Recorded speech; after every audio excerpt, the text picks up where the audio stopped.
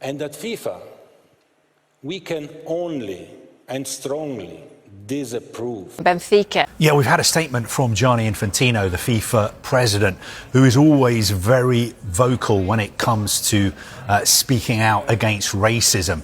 And in this statement, he said that he's shocked and saddened by the alleged racism incidents last night during the game between Benfica and Real Madrid. He says there's absolutely no room for racism in football, and those who are responsible must be held to account. He also commends the referee, he names him, Francois Letixier, for activating the anti-racism protocols which have been put in place by UEFA and FIFA.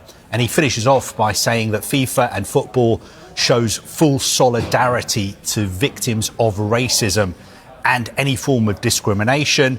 He says, I will always continue to reiterate no to racism, no to any form of discrimination. So very, very strong words from the FIFA president, Gianni Infantino. I suppose some cynics would say we always get strong words from FIFA and UEFA, but strong words doesn't necessarily always translate into strong action.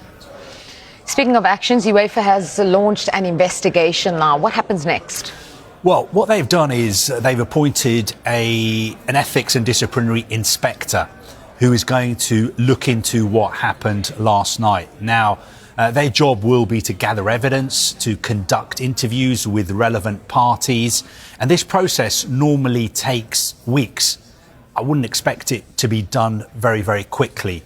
For instance, I'd be surprised if it was completed before the return game in Madrid next Wednesday. But if anybody is found guilty of breaking UEFA's anti-racism regulations, then they are looking at a minimum 10-match ban.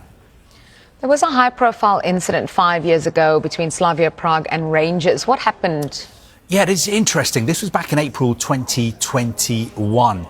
And it was a similar kind of incident in which the Slavia Prague player, Ondrej Kudela, he was accused of racially abusing the Rangers midfielder Glenn Kamara, and he also covered his mouth as well. Now, from beginning to end, it took 27 days from the time of the incident for the player, Kudela, to receive his 10-match ban. So it took 19 days for him to be provisionally given a one-match suspension by UEFA and 27 days for him to receive his 10-match ban.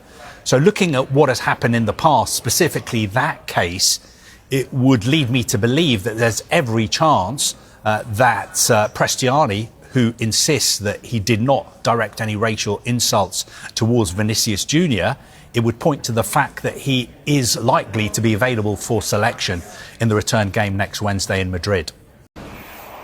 Before we get into this weekend, I'd like to ask you about the events concerning Vinicius Jr. this week, which I'm sure, of course, you'll be aware of. He has reported being the victim of racist abuse during a match.